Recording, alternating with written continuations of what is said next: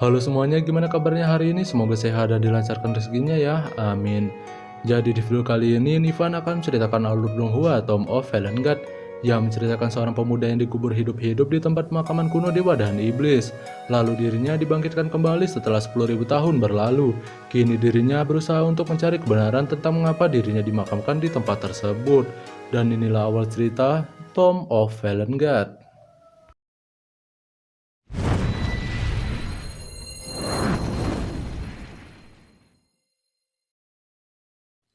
Cerita bermula di suatu tempat pemakaman kuno dewa dan iblis. Di sana terdapat seorang pria yang membawa jasad di tangannya dengan tujuan ingin menguburkannya. Namun sebelum menguburkannya, pria tersebut terlebih dahulu mengaktifkan suatu formasi, yang dimana formasi tersebut menggunakan kekuatan sisa-sisa jiwa dari para dewa dan iblis yang telah mati. Dan formasi pun berhasil dibuat yang disebut reinkarnasi 6 jalan.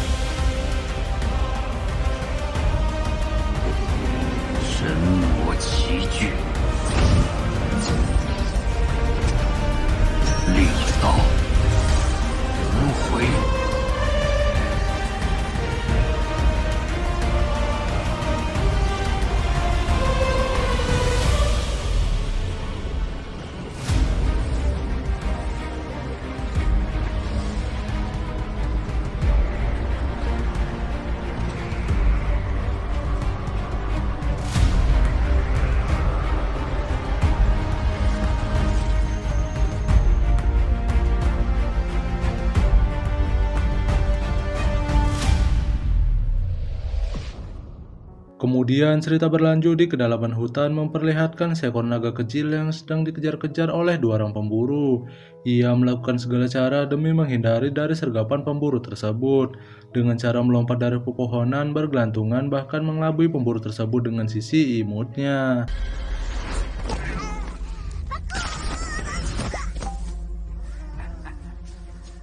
小东西得意忘形了吗？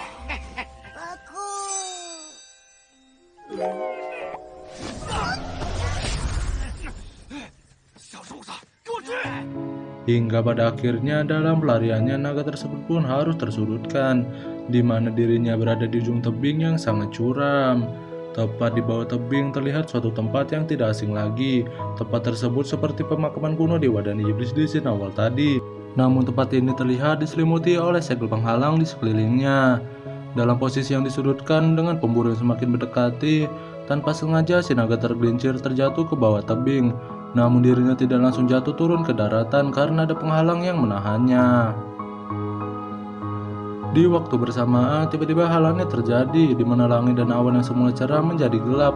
Hal tersebut membuat terjadinya kelihatan guntur yang menghancurkan penghalang seketika itu juga. Ditambah munculnya gerhana matahari yang membuat dua orang pemburu tersebut menjadi ketakutan dan pergi meninggalkan tempat tersebut.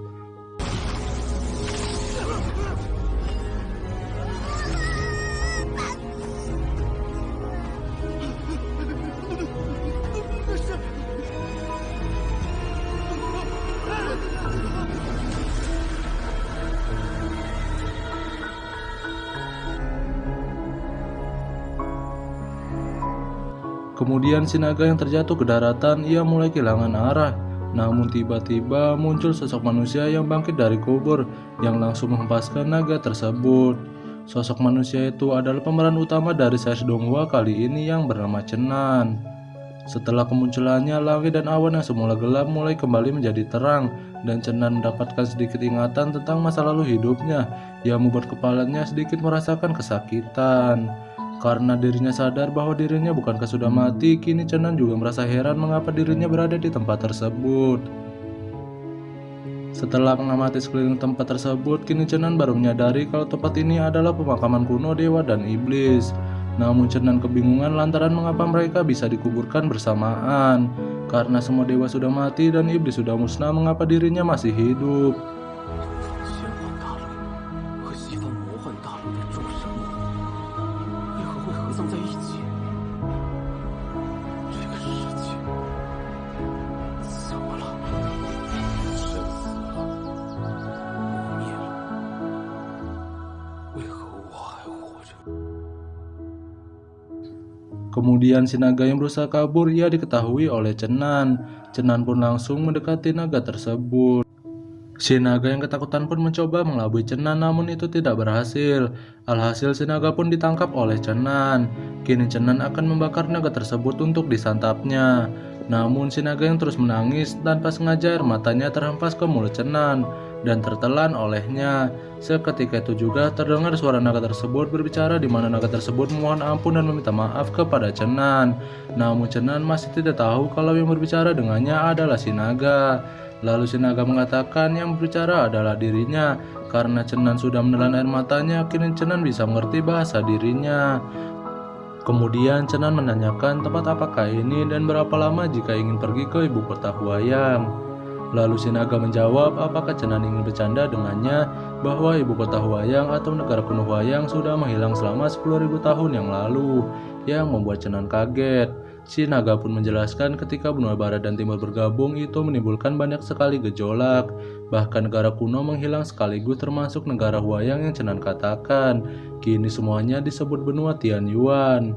Hal tersebut membuat si naga kebingungan mengapa Cenan tidak mengetahui hal tersebut. Kemudian dari manakah Cenan berasal?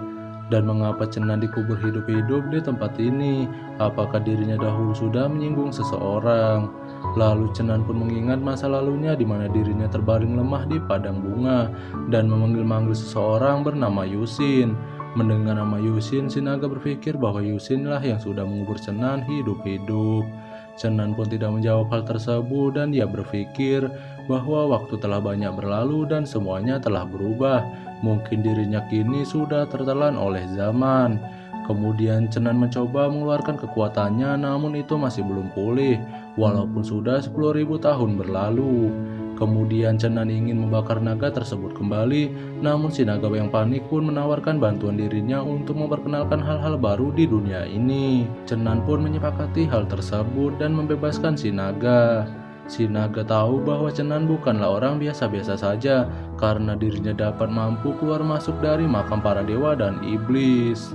Cenan kembali menanyakan mengapa para dewa dan iblis dikubur bersamaan. Namun si naga hanya mengetahui bahwa makam para dewa dan iblis adalah reruntuhan kuno, dan dirinya pun tidak mengetahui sejarah asal-usul dari makam tersebut. Bahkan hanya sedikit orang saja yang tahu tentangnya. Cenan pun kebingungan sebenarnya apa yang terjadi dan mengapa dirinya dimakamkan di sini. Apakah dirinya dimaksudkan untuk mengetahui seluk-beluk sejarah tentang makam para dewa dan iblis agar misteri ini terpecahkan. Kemudian dirinya pergi meninggalkan tempat tersebut bersama si naga.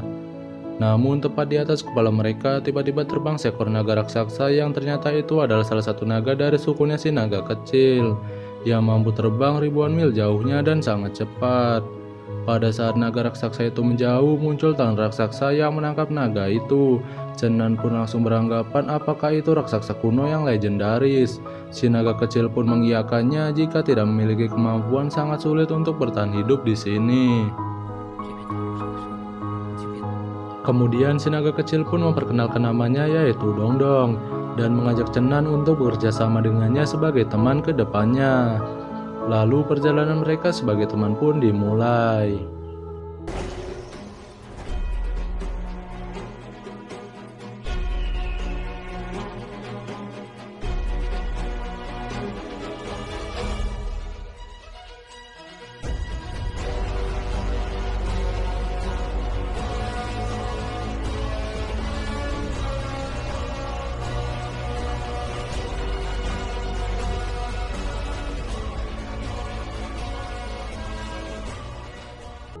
Singkat cerita, mereka pada akhirnya sampai di sebuah kaki gunung, di mana biasanya ada manusia yang sedang singgah di sana.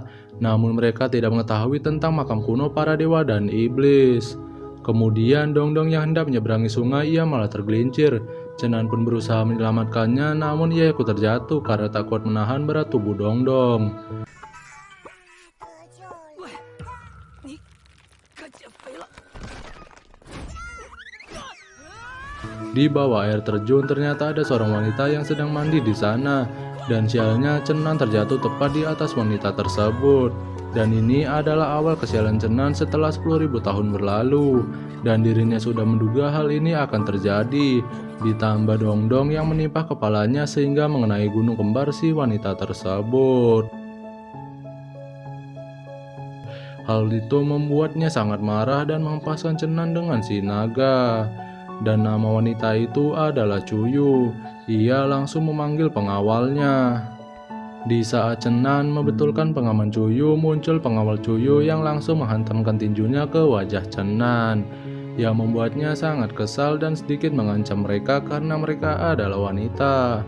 Lalu pada saat Cenan ingin pergi, ia menabrak salah satu pengawal Cuyu yang berbadan besar, yaitu Hwaxia. Seketika itu juga Cuyu menyuruh Hwaxia untuk menangkap Cenan, dan pertarungan pun tak dapat terhindarkan.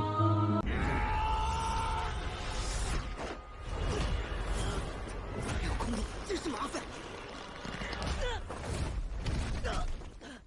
东方武者可举不利啊！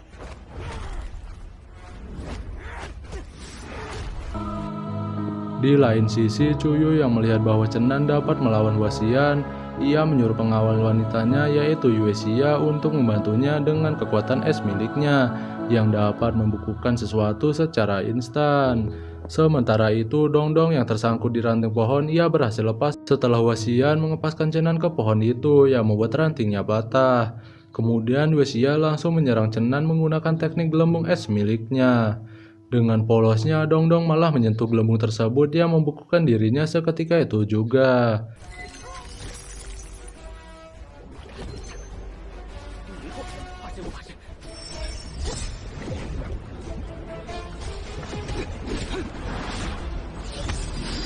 Cenan yang berusaha menghindari gelembung es itu, ia akhirnya mendapatkan sebuah ide, di mana dirinya mengontrol gelembung tersebut untuk diarahkan kepada Hwaxia, dan Hwaxianlah yang akan membeku seketika itu juga.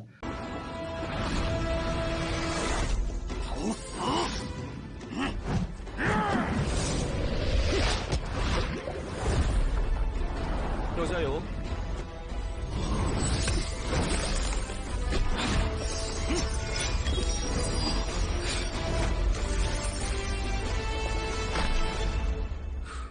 搞定一个。 Melihat pengawalnya yang tidak bisa menangani Cenan, kini giliran Cuyu yang akan melawannya.